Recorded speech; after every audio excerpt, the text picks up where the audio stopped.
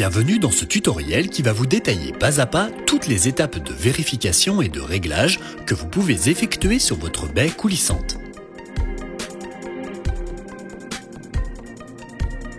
Après l'installation de votre baie coulissante, vous pouvez rencontrer des passages d'air nuisant à sa performance énergétique. Si l'on considère que le bâti, à savoir l'élément de la porte fixé dans la maçonnerie, ait été correctement posé, vous allez pouvoir effectuer des réglages pour améliorer l'étanchéité de votre baie coulissante. Dans un premier temps, positionnez l'ouvrant en position presque fermée. L'ouvrant est la partie mobile de la baie coulissante. Puis, munissez-vous du réglet et mesurez l'écart entre le bord de l'ouvrant et le bord du dormant. Faites la mesure en haut et en bas de la menuiserie. Si un écart existe entre les deux valeurs, jusqu'à 3 mm maximum, il faut donc régler la hauteur des chariots de l'ouvrant. Les chariots du coulissant sont situés en dessous de votre ouvrant et en contact avec le rail. Les accès aux vis de réglage sont situés en bas de l'ouvrant de part et d'autre du vitrage. Pour les régler, il vous faut vous munir de la clé à 6 pans de 5 mm. Insérez la clé dans la fente prévue à cet effet, puis il vous suffit de tourner dans le sens horaire pour soulever l'ouvrant ou inversement pour le descendre. Si vous souhaitez rapprocher le haut de l'ouvrant du bâti, il vous faudra le descendre au niveau du chariot le plus proche.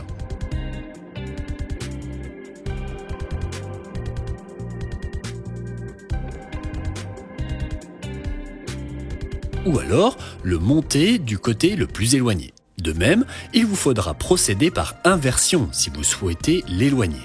Une fois ces réglages effectués, mesurez à nouveau l'écart entre le bord de l'ouvrant et le bord du dormant, en haut et en bas de la menuiserie comme tout à l'heure. Puis, procédez à nouveau au réglage des chariots si nécessaire, jusqu'à obtenir un parfait parallélisme entre votre ouvrant et le dormant. Attention toutefois à rester dans les tolérances de réglage en hauteur par rapport au rail. En effet, en ajustant la hauteur des chariots pour régler le parallélisme, vous risquez de vous éloigner de la valeur de 8 mm au niveau du recouvrement du ventail sur le seuil.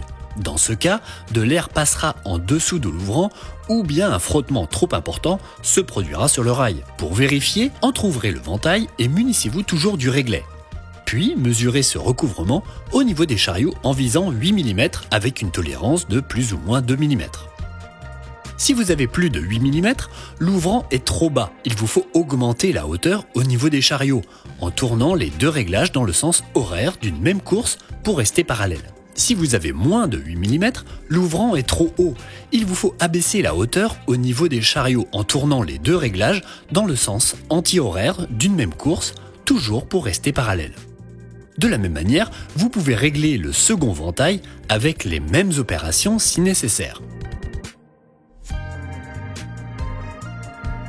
Après ajustement de la hauteur de l'ouvrant, il est conseillé de contrôler et régler le cas échéant la position des gâches de la crémone. De même, votre baie coulissante peut mal se verrouiller ou vous rencontrez des difficultés lorsque vous souhaitez fermer à clé. L'écart entre les gâches et les crochets sont donc insuffisants. 3 gâches sont présentes, une en haut, une au milieu et une en bas du bâti.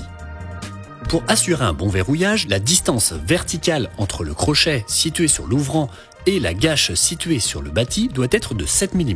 Vous allez commencer par mesurer avec le réglet sur la gâche du haut. Si les 7 mm d'écart ne sont pas respectés, munissez-vous du tournevis cruciforme. Dévissez complètement la vis et déplacez la gâche afin d'obtenir les 7 mm requis. Puis revissez à la main sans trop forcer pour éviter de déformer le pas de vis formé dans l'aluminium. Ensuite, effectuez les mêmes opérations pour la gâche du bas.